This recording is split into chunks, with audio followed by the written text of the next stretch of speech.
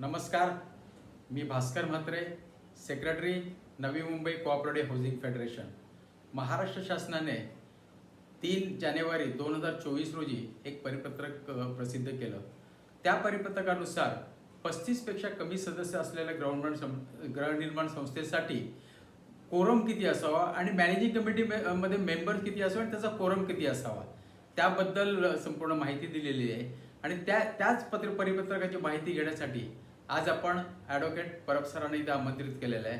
तरी मी ॲडव्होकेट परब सरांना विनंती करतो की त्यांनी आमच्या श्रोत्यांना मार्गदर्शन करावं. धन्यवाद म्हात्रे सर. 3 जानेवारी 2024ला जे स्टेटनी लेस दॅन 35 मेंबर्स असलेल्या हाऊसिंग सोसायटीजमध्ये कमिटीच्या स्ट्रेंथबद्दल जे आपल्याला निर्देश दिलेले आहेत त्या विषयावरती आज आपण थोडीशी चर्चा करणार आहोत. सर्वप्रथम ह्या निर्णयाचं सर्व आम्ही ॲज ए महाराष्ट्र स्टेट हाऊसिंग फेडरेशन्स आणि सर्व जिल्हा फेडरेशन्स आपण स्वागत करतो की छोट्या संस्थेसाठी काही वेगळी नियमावली इलेक्शन संदर्भातली जी आहे, जी महाराष्ट्र स्टेट फेडरेशन आणि सर्व जिल्हा फेडरेशनची मागणी होती की 50 सोसायटीपेक्षा कमी, जर 50 मेंबरपेक्षा कमी असलेली ज्या संस्था आहेत त्यांच्यासाठी काही वेगळे म्हणजे शिथिल केलेले इलेक्शनची नियमावली असावी, जेणेकरून मेंबर्स सिलेक्शनची जी प्रक्रिया आहे ती स्मूथली कंडक्ट व्हावी आणि अशा तऱ्हेने ते फ्रेम करावं की 5 वर्ष तरी ती कमिटी जी आहे ती स्ट्रेंथ जी आहे ती मेंटेन झाली पाहिजे किंवा त्याच्यामध्ये कुठले तरी हिंड्रन्स आले नाही पाहिजे. सर्वप्रथम स्वागत ह्या गोष्टीसाठी आहे की 35 मेंबरपेक्षा कमी असलेल्या हाऊसिंग सोसायटीसाठी स्टेटनी असं काही गोष्टी ज्या आहेत त्या विचारविनिमय केलेला आहे आणि आपल्यासमोर ठेवलेला आहे. पण ठेवताना काही त्रुटी ज्या आहेत त्या आपल्या सर्वांच्या लक्षात आलेल्या आहेत आणि स्टेट फेडरेशनतर्फे आणि सर्व जिल्हा फेडरेशनतर्फे सर्व आपण रिप्रेझेंटेशन जे आहे ते स्टेटना दिलेले आहे. मग त्या त्रुटी कोणकोणत्या आहेत, तर हा कुठलीही नियमावली किंवा कुठलाही लॉ ज्या वेळेला आपण फ्रेम करतो, प्रोव्हिजन्स ऑफ लॉ ज्या वेळेला येतो त्यावेळेला त्या लॉ संदर्भातल्या ज्या त्रुटीज आहेत त्याचा पहिला विचारविनिमय करून मग तो लॉ जो आहे तो इम्प्लिमेंट झाला पाहिजे. आपल्याला हे माहिती आहे की society changes the law should always change आणि त्याप्रमाणे हा लॉमध्ये आता बदल आपल्याला अनुभवायला मिळतो आहे. जसं की पूर्वी जर आपण पाहिलं तर आपल्याकडे इलेक्शन रूल्स होते 2014चे. त्यानंतर ज्यावेळेला आफ्टर कोविड आपण मागणी केली की काही छोट्या संस्थेसाठी वेगळे इलेक्शन नियमावली येऊ दे आणि म्हणून 250 लेस दॅन मेंबरसाठी आपल्याकडे इलेक्शन रूल्स 6 एप्रिल 2021चे ते देण्यात गेले, ज्यामध्ये मोठी प्रोव्हिजन जी रिटर्निंग ऑफिसर आपण स्वतः आपल्या मेंबरतर्फे अपॉइंट करू शकू, आपल्याच मेंबरचा अपॉइंट करू शकू, अशा तऱ्हेने प्रोव्हिजन्स जे आहेत ते त्याच्यामध्ये इन्कॉर्पोरेट होऊन आलेले आहे. आणि त्याच धर्तीवरती त्याच्याच पुढे जाऊन 35 मेंबरच्या कमी असलेल्या संख्येमध्ये आता हा जी नवीन नियमावली जी आहे किंवा नवीन आपल्याकडे जे नियम आहेत ते आपल्यासमोर आता आलेले आहेत. मग त्रुटी कुठल्या, ह्या पूर्ण जी प्रक्रिया आहे त्याच्यामध्ये त्रुटी कुठली होऊ शकते किंवा कुठली आहे, तर मग पहिली त्रुटी जी आहे, जे टायपो एरर्स आहेत ते आपण बाजूला ठेवूया आणि ज्या मेन त्रुटीज आहेत त्याच्याकडे लक्ष देऊया. तर ज्या मेन त्रुटी आहेत त्याच्यामध्ये जनरल कॅटेगरी मेंबर जो आहे तो 1 ठेवलेला आहे, वुमन कॅटेगरी मेंबर जो आहे तो देखील 1 ठेवलेला आहे आणि इतर रिझर्व सीट्स म्हणजे schedule caste, schedule tribes, VJNT आणि OBC इथे प्रत्येकी एक सीट्स ज्या आहेत त्या दिलेल्या आहेत. म्हणजे ऑल टुगेदर 5 कमिटी मेंबरची स्ट्रेंथ जी आहे ती प्रिस्क्राईब केलेली आहे. बरं, 5 कमिटी मेंबरची स्ट्रेंथ प्रिस्क्राईब करताना म्हणजे 35 मेंबरपेक्षा कमी जर संस्था असतील तर तिथे तुम्ही 5 कमिटी मेंबर ठेवू शकता आणि 5 कमिटी मेंबरपैकी एक मेंबर जो आहे तो जनरल सीट्समधला आहे, इतर जे आहेत ते रिझर्व्ड सीट्समधले आहेत. मग आपल्याकडे अशी परिस्थिती उद्भवू शकते की काही संस्थेमध्ये ह्या रिझर्व्ड सीट्समधले मेंबर्स अवेलेबल नसतील किंवा अवेलेबल असतील पण इलेक्ट होऊन आलेले नसतील, म्हणजे त्यांना उभं राहायचं नसेल, आपण कोणाला फोर्स करू शकत नाही की तुम्ही इलेक्शनला उभं राहणं कंटेस्ट करण्यासाठी, तर त्यामुळे एक तर अवेलेबल नसतील किंवा इलेक्ट झाले नसतील. मग ह्या परिस्थितीमध्ये वेदर 1 मेंबरची कमिटी असू शकते का, आणि मग आपल्याकडे 3चा त्याने तिथेच दिलेलं आहे की मिनिमम 3चा त्याच्यामध्ये कोरम असावा. मग 3ची संख्या जी आहे ती मेंटेन कशी होऊ शकते, किंवा आपल्याकडे 154B19नी सांगितलेलं आहे, त्याच्यामध्ये सांगितलेलं आहे की 2/3 स्ट्रेंथ जी आहे ती निवडून आली पाहिजे. मग ह्या सर्व गोष्टींचा विचार विनिमय झालेला आहे का, तर हा पहिला प्रश्न आहे की जिथे रिझर्व सीट्स नसतील तिथे एक जनरल कॅटेगरीची कमिटी कशी स्थापन होऊ शकते, हा एक प्रश्न आपल्यासमोर आहे.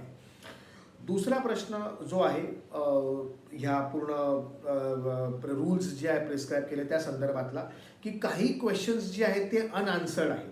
मग काही क्वेश्चन्स कुठले क्वेश्चन्स, मग ज्या संस्थेचं इलेक्शन, ज्या 35 मेंबरपेक्षा कमी संख्या असलेल्या सोसायटी ज्यांच्या इलेक्शनची सुरुवात झालेली आहे, इलेक्शन प्रोग्राम डिक्लेअर झालेला आहे प्रायर टू 3 Jan 2024, अशा संस्थेनी काय करावं ह्याबद्दल कुठलेही जे आहेत नियमावली प्रिस्क्राईब नाही केलेली आहे.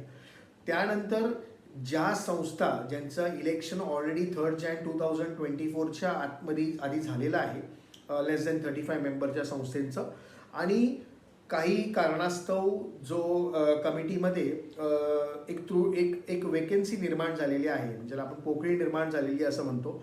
पोकळी म्हणजे काही मेंबर्सने रिझाईन केलेलं आहे, काही मेंबर्सची डेथ झालेली आहे, किंवा काही मेंबर्स सोडून गेलेले आहेत, फ्लॅट्स विकून गेलेले आहेत.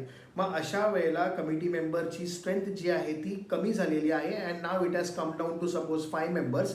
So whether that is applicable, म्हणजे हा जो रूल आता प्रिस्क्राईब केलेले आहे हे त्यांना ॲप्लिकेबल करावेत का मग त्यांच्यासाठी ते जुने नियमावलीच चालू राहील जोपर्यंत नवीन इलेक्शन होत नाही. तर हे सगळे क्वेश्चन्स जे आहेत ते आन्सर करणं गरजेचं आहे, अशी एक रिक्वेस्ट जी आहे ती आमच्या माध्यमातून आम्ही स्टेटला पुन्हा करत आहोत. आणि या व्हिडिओच्या माध्यमातून देखील आम्ही स्टेटला एक रिक्वेस्ट करत आहोत की या सर्व ह्याची आन्सर्स जी आहे ती देणं गरजेचं आहे. त्यानंतर अजूनही काही फंडामेंटल जर आपण चेक केले की बेसिकली 97th अमेंडमेंट 2011च्या नंतर, म्हणजे 97th अमेंडमेंट 2011 मध्ये आपल्याकडे 3 विषय प्रामुख्याने आले. आपल्याला माहिती आहे की एक फंडामेंटल राईट्स आर्टिकल 19 मध्ये, आर्टिकल 43B मध्ये directive principles of state policy, आणि आर्टिकल पार्ट 9B मध्ये म्हणजे 243 मध्ये जी काही नियमावली आली त्याप्रमाणे स्टेट्सने आपले कायदे फ्रेम केले होते. मग त्यावेळेला जर आपण बघितलं त्याच्यामध्ये आपण आपले कायदे फ्रेम करताना 2 वुमेन सीट्स आणि शेड्यूल ट्राईबसाठी 1 सीट रिझर्व असं त्या 97 कॉन्स्टिट्युशनल अमेंडमेंटमधनं आपण ते घेतलं होतं. आणि कॉन्स्टिट्यूशन नंतर भविष्यात आपल्याला माहिती आहे की ऑनरेबल सुप्रीम कोर्टाच्या जजमेंटमुळे जो पार्ट 9B आहे तो आता निघून गेलेला आहे, आणि फक्त 2 पार्ट्स जे आहेत ते शिल्लक आहेत, फंडामेंटल राईट्स आणि directive principles of state policy. तरी देखील आपला जो स्टेटचा लॉ आहे तो देखील त्या धर्तीवरती फ्रेम केलेला आहे, आणि त्यामध्ये देखील 2 वुमेन कॅटेगरी हे प्रिस्क्राईब केलेला आहे. सो हा जो प्रपोर्शन आहे, म्हणजे तिकडे 97 कॉन्स्टिट्युशनल अमेंडमेंट जर आपण बघितलं तर तिथे 21 मॅक्सिमम संख्या होती, आणि 21 मध्ये ह्या रिझर्व सीट्स काढल्या होत्या. हा जो प्रपोर्शन आहे ना, हा प्रपोर्शन कुठेतरी इथे डिस्टर्ब झालेला दिसतोय, आणि तो प्रपोर्शन मेंटेन असावा. म्हणजे जनरली फ्रेम करताना म्हणजे कमिटीची स्ट्रेंथ फ्रेम करताना आपल्याला हे पाहावं लागेल की जी स्ट्रेंथ आपण फ्रेम करत आहोत ती स्ट्रेंथ पुढची 5 वर्ष स्मूथली काढेल, किंवा कुठल्याही प्रकारचं हिंड्रन्स न येता तिथे ऑटोमॅटिकली ती 5 वर्ष निघून जातील, जेणेकरून बाहेरचा हस्तक्षेप म्हणजे ऑटोनॉमस फंक्शनिंगचा पुरेपूर जो आहे तो डिफाईन तिकडे क्रिएट होईल. तर ह्या सगळ्या गोष्टींचं थोडंसं टेक्निकल आपल्याला विचार करणं गरजेचं आहे, स्टेटला विचार करणं गरजेचं आहे, आणि त्याप्रमाणे नुसतं आपण इश्यूज न काढता काही सोल्युशन्स आमच्या माध्यमातून स्टेट फेडरेशन आणि डिस्ट्रिक्ट फेडरेशनच्या माध्यमातून आम्ही स्टेटला पुटअप केलेले आहे. मग ते सोल्युशन्स कुठले, तर आम्ही 2 ऑप्शन्स त्यांना जे आहेत स्टेटला दिलेले आहेत. फर्स्ट ऑप्शन जो आहे तो आहे की म्हणजे जे आम्ही पूर्वी देखील प्रस्ताव दिला होता की 50 मेंबरपेक्षा कमी जर असतील मेंबर्स तर त्यामध्ये संस्था स्तरावरतीच इलेक्शन घेण्याची प्रक्रिया जी आहे ती पूर्ण व्हावी. रिटर्निंग ऑफिसर जो आहे तो संस्थेमधलाच अपॉइंट व्हावा, मेंबर्स अपॉइंट व्हावा, आणि जो इलेक्शन कंटेस्ट करणार नाही किंवा जो ऑलरेडी पहिल्या ह्या कमिटीमध्ये नसेल अशा एका मेंबरला नियुक्त करावं. आणि नोटीस आपली जशी स्पेशल जनरल बॉडी मीटिंग आपण कंडक्ट करतो ती फक्त इलेक्शन ह्या विषयासाठी special general body meeting conduct करावी. नोटीसमध्ये आपण डिक्लेरेशन मागावं लोकांकडनं की ज्यांना पार्टिसिपेट करायचं आहे इलेक्शन्स म्हणजे कमिटीमध्ये त्यांनी आपली नाव नोंदणी द्यावी रिटर्निंग ऑफिसरकडे. आणि जे रिझर्व सीट्समध्ये आहेत म्हणजे रिझर्व कॅटेगरीमध्ये आहेत त्या रिझर्व कॅटेगरी मेंबर्सनी आपलं कास्ट सर्टिफिकेट जे आहे ते जनरल बॉडी मीटिंगच्या वेळेला तिथे घेऊन यावं. आणि अशा तऱ्हेने मग जनरल बॉडी मीटिंगमध्येच आपण ते इलेक्शन्स कंडक्ट करावं आणि तिथल्या तिथे कमिटी मेंबर्स जे आहे ते आपण डिक्लेअर करावेत. अशा तऱ्हेने आपण एक सजेशन जे दिलं होतं त्या स्तरावरती देखील इथे करू शकतो. एक ऑप्शन जे फर्स्ट ऑप्शन आम्ही दिलेलं आहे ते असं दिलेलं आहे की एक कमिटी मेंबर आणि बाकीचे रिझर्व सीट्स, जर रिझर्व सीट्स उपलब्ध नसतील, काही संस्थेमध्ये समजा रिझर्व सीट्स उपलब्धच नसतील, तर अशा वेळेला हे जे जनरल कॅटेगरी मेंबर्स आहेत ते देखील तिथे त्या सीट्सवर कंटेस्ट करू शकतात. जर ते अवेलेबल नसतील तरच अशी देखील एक प्रोव्हिजन आपण त्यांना सुचवलेली आहे, जेणेकरून मग 5 कमिटी मेंबर्स जे आहेत जनरल कॅटेगरीमधनं आपल्याला घेता येईल. आपल्याला हेही लक्षात घ्यायचं आहे की आपल्या कायद्याप्रमाणे म्हणजे महाराष्ट्र कोऑपरेटिव्ह सोसायटी ॲक्ट जो आहे तो 5 मेंबर्सपेक्षा अधिक मेंबर असलेल्या संस्थेना आपण रजिस्ट्रेशन ची परमिशन दिलेली आहे. म्हणजे 5 मेंबरची हाऊसिंग सोसायटी देखील असू शकते. मग त्याचाही विचार आपल्याला करावा लागेल आणि मग 5 कमिटी मेंबरची संख्या जी आहे ती आपल्याला पुरेशी आहे किंवा 5 मल्टिप्लाय बाय 2/3 आपण जर केलं म्हणजे 154B19 प्रमाणे तर निदान 4 संख्यापर्यंत तरी देखील आपण रीच करू शकू. हा एक आपला एक ऑप्शन आहे. दुसरा ऑप्शन जो आम्ही सुचवलेला होता जो पूर्वी देखील कायद्यामध्ये होता, फक्त तो कायद्याने प्रॉपर क्लॅरिटी दिली नव्हती. मग तो विषय कुठला, तर 154B19 आणि 154B22 जर आपण त्याचा अभ्यास केला तर ह्या दोन्ही सेक्शन्सला क्लब केल्यावर आपल्याला असं कळतं की जर रिझर्व्ड सीट्स उपलब्ध नसतील तर आपण एक्झाम्पल जर 100पेक्षा लेस मेंबरची संस्था आहे तिथे आपल्याला 6 कमिटी मेंबर्स जनरल कॅटेगरीमधनं घ्यायचे आणि 5 जे आहेत ते रिझर्व्ड सीट्स आहेत, म्हणजे टोटल 11चा फिगर हा पूर्वी होता. सेकंड ऑप्शनमध्ये आपण असं सुचवलंय की जर 11मध्ये 5 जर उपलब्ध नसतील तुमच्याकडे तर 6 जी संख्या आहे 6 जनरल कॅटेगरी मेंबर्स जे आहेत त्याला मल्टिप्लाय बाय 2/3 ती प्रोव्हिजन ऑलरेडी कायद्यामध्ये आहे जर आपण प्रॉपरली इंटरप्रिट केलं तर. कारण 154B प्रमाणे 154B22 मध्ये असं दिलेलं आहे की कोरम अभावी ती संख्या काउंट करू नये. पण मग कोरम होण्यासाठी कमिटी तर लिगली कॉन्स्टिट्यूट झाली पाहिजे ना पहिली.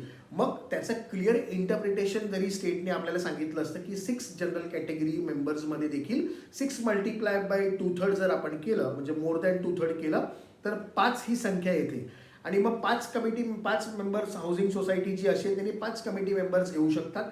अशा तऱ्हेने देखील सेकंड ऑप्शन जो आहे तो वर्कआउट होऊ शकतो. तर अशा तऱ्हेने ह्या सर्व सूचना ज्या आहेत त्या आम्ही स्टेटना सबमिट केलेल्या आहेत आणि सून त्यांनी आम्हाला आश्वासन दिलेलं आहे की लवकरात लवकर आपण एक मीटिंग कंडक्ट करून ह्यावरती जो आहे तो सोल्युशन जे आहे ते वर्कआउट आपण करू. तर ह्या तऱ्हेने हा पूर्ण व्हिडिओ बनवण्याचं कारण हे होतं की कारण लॉट ऑफ क्वेश्चन्स जे आहेत ते डिस्ट्रिक्ट फेडरेशन्सकडे येत होते आणि त्याच माध्यमातून स्टेट फेडरेशनकडे ते प्रश्न आलेले आहेत.